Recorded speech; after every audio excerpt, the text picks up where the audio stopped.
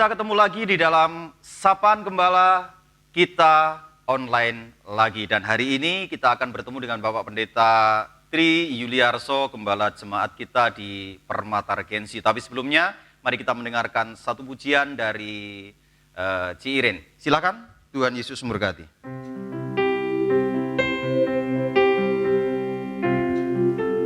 Kuasa-Mu terlebih besar, Tuhanku terlebih besar, tak pernah terlambat janji-Mu ya Tuhan menolong hidupku. Kuasa-Mu terlebih besar, Tuhanku terlebih besar, tak pernah terlambat janji-Mu ya Tuhan, pulihkan hidupku.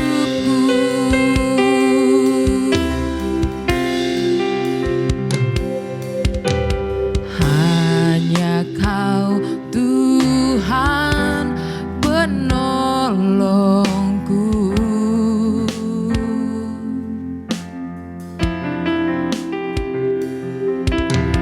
yang selalu setia bersamaku.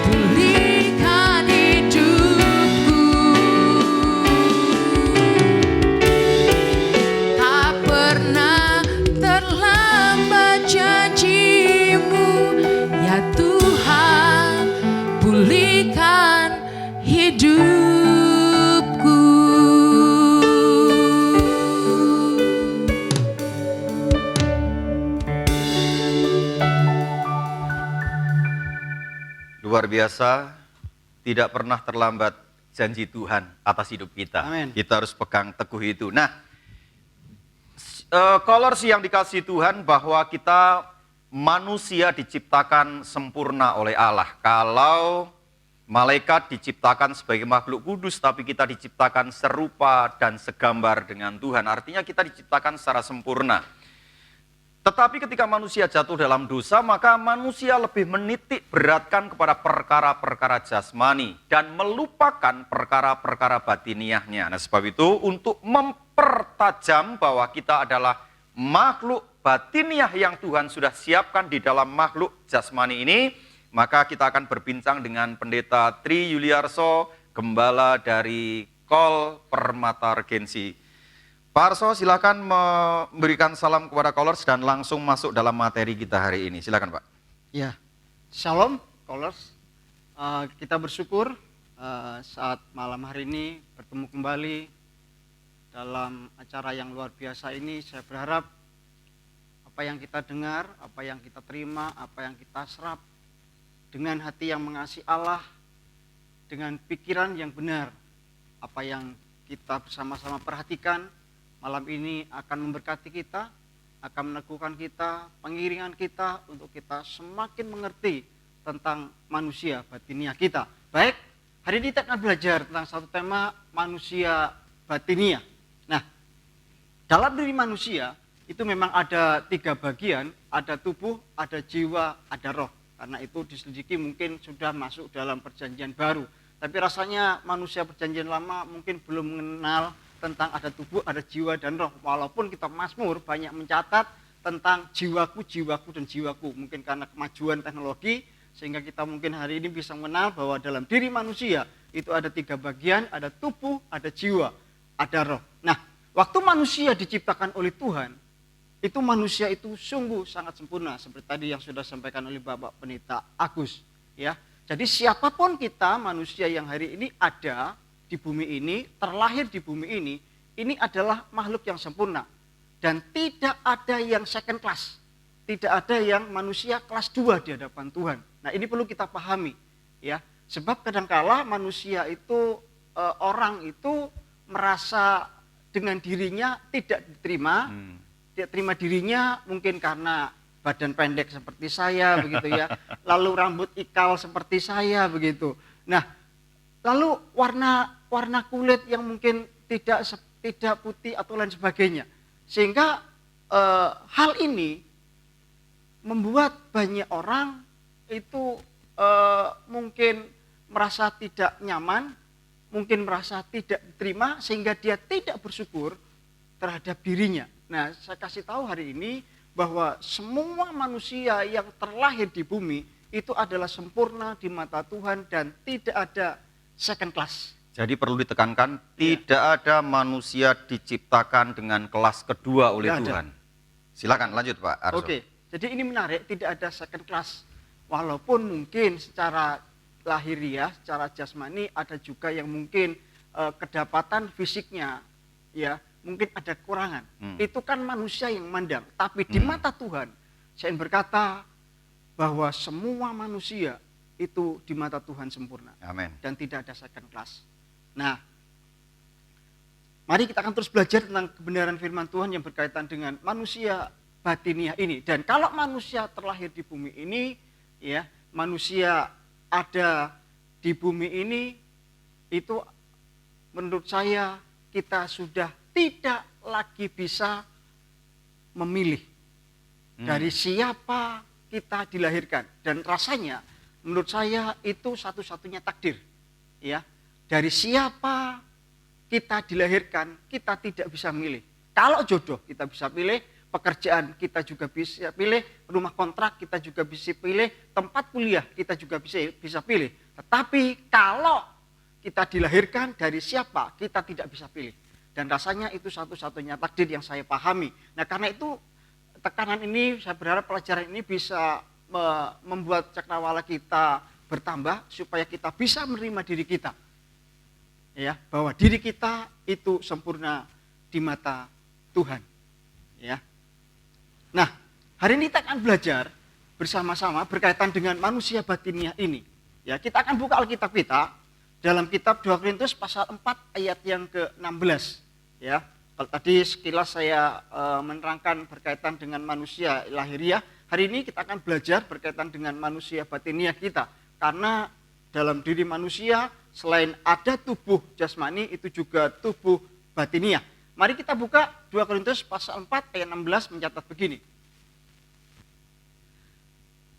Sebab itu kami tidak tawar hati, tetapi meskipun manusia lahiriah kami semakin merosot, namun manusia batiniah kami dibaharui dari sehari ke sehari. Ya, jadi itu tulisan dari kitab 2 Korintus pasal 4 ayat yang ke-16 mencatat bahwa ternyata manusia lahiriah, semua manusia itu akan mengalami kemerosotan. Ya, saya sekarang sudah memasuki usia 50. Oh, belum Belum saya pikir 20, Pak. Mengalami kemerosotan, ya, entah gigi ompong lah, rambut saya sudah mulai ada putihnya lah, gitu ya, mulai keriput, itu wajar. Dan seringkali ini tidak diterima oleh banyak orang, bukan berarti nggak boleh menghias diri, boleh. Takutnya tidak punya kekuatan untuk menghias diri, akhirnya memaksa untuk menghias diri dengan berbagai ragam, sehingga menimbulkan masalah di situ. Ya, nah itu memang kodrat manusia secara lahiriah. Jadi mengalami kemerosotan itu wajar. Ya, rasanya semakin tua ada sakit-sakitan lah, itu wajar. Ya, wajar sekali. Mulai gampang cepat capek lah, wajar. Ya, lalu makan mulai sudah diatur, apalagi yang sudah kena penyakit begitu ya. Nah itu kemerosotan dari manusia lahiriah. Alkitab mencatat begini, namun manusia batiniah kami dibaharui dari sehari ke sehari. Nah artinya manusia batiniah orang, ya, manusia batiniah kita itu bisa dibaharui dari sehari ke sehari. Ini tidak lekang oleh panas, nggak lapuk oleh hujan, terus bisa dibaharui. Tapi karena manusia ada batas waktu hidupnya, maka ada deadline.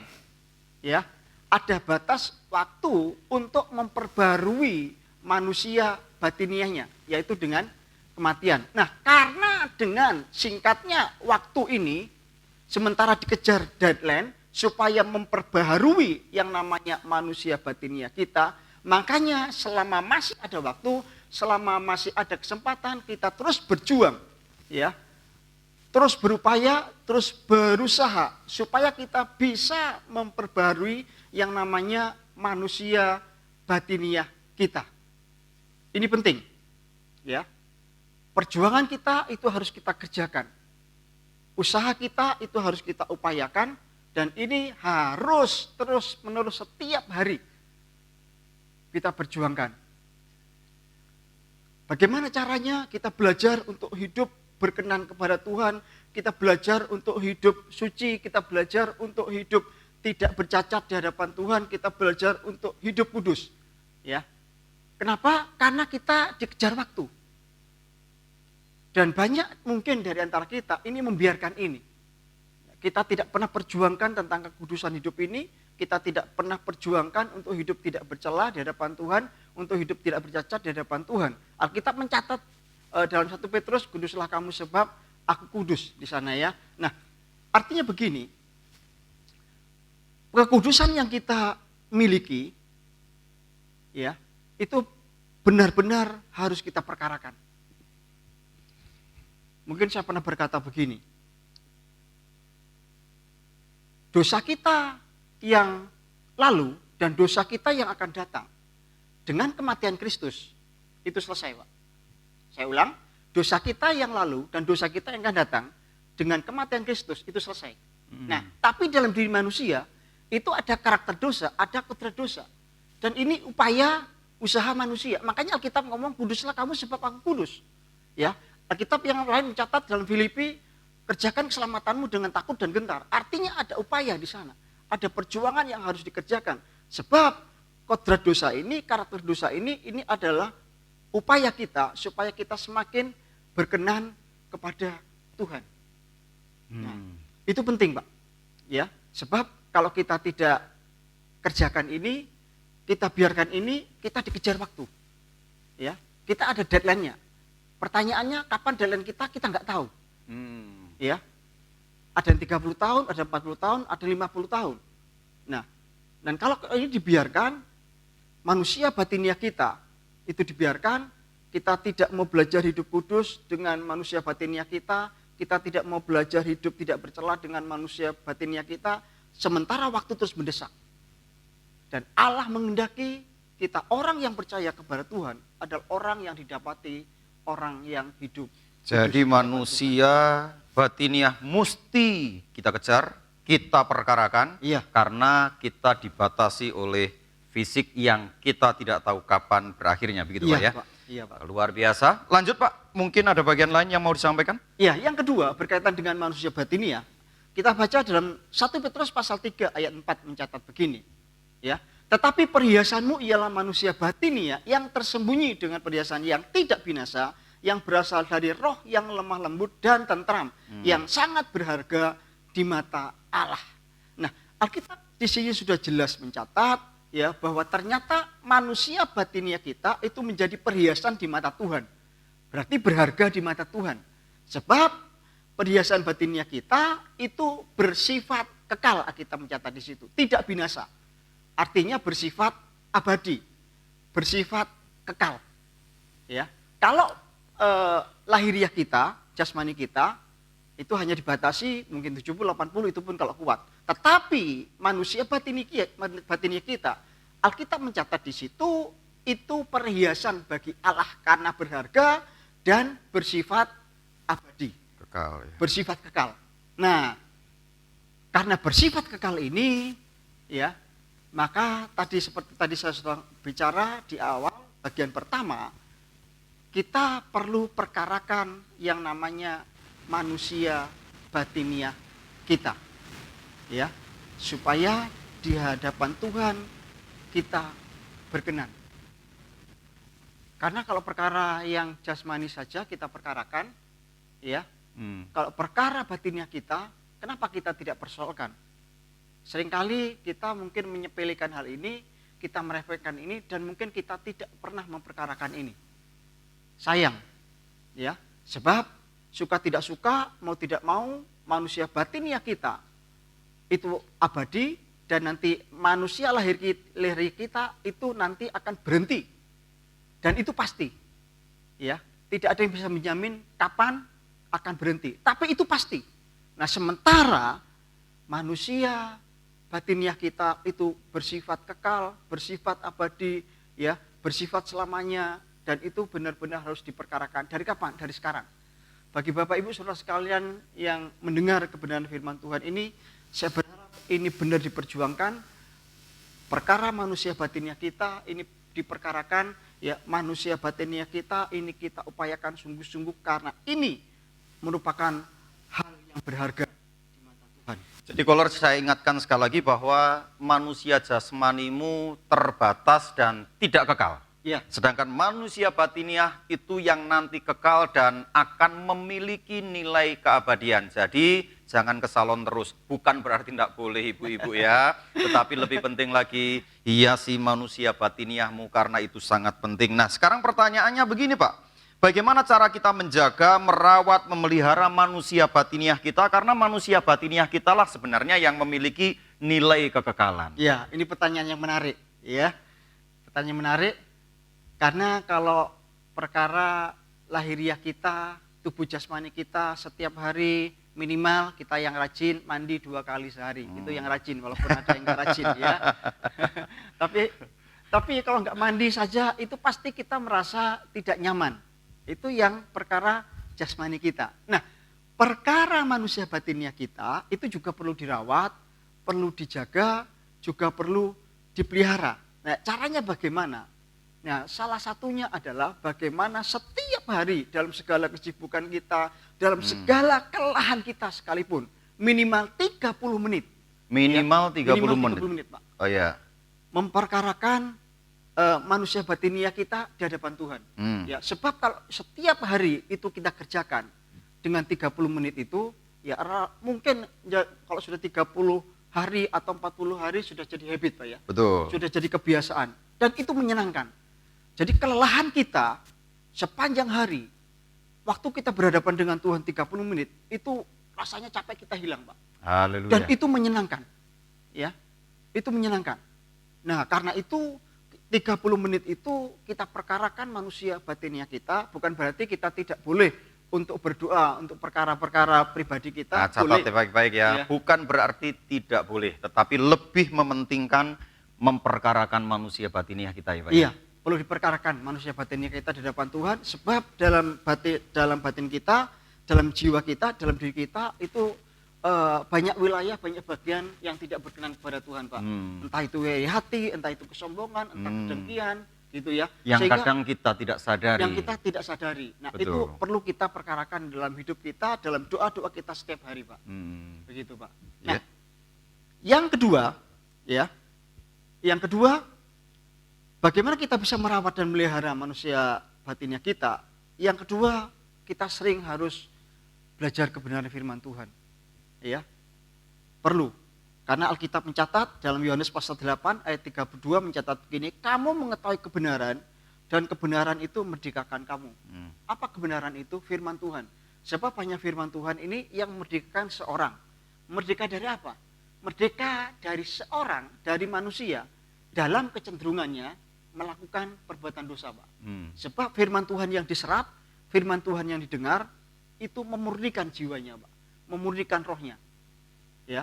Ini penting, makanya perjumpaan dengan Tuhan, lalu mendengar firman Tuhan, begitu penting dalam hidup kita untuk kita menghiasi manusia batiniah kita yang bernilai abadi itu, Pak.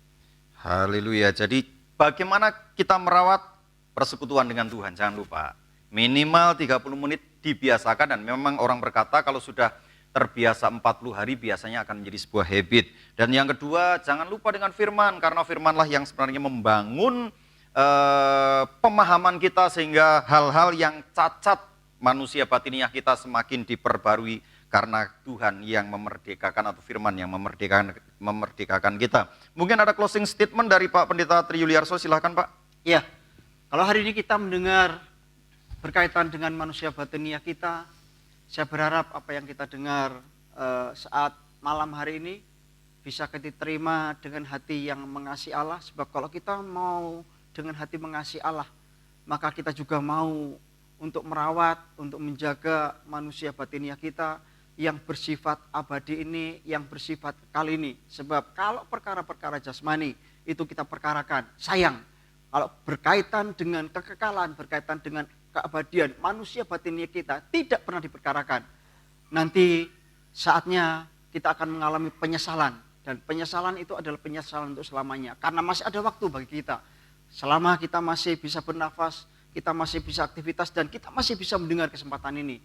Mari kita bersama berjuang untuk kita terus hidup berkenan di hadapan Tuhan. Kesempatan masih ada untuk kita semuanya. Kita berdoa bersama-sama. Tuhan Yesus, terima kasih untuk pembahasan firman Tuhan hari ini yang mengingatkan kembali betapa manusia batiniah kamilah yang seharusnya memiliki nilai kerajaan.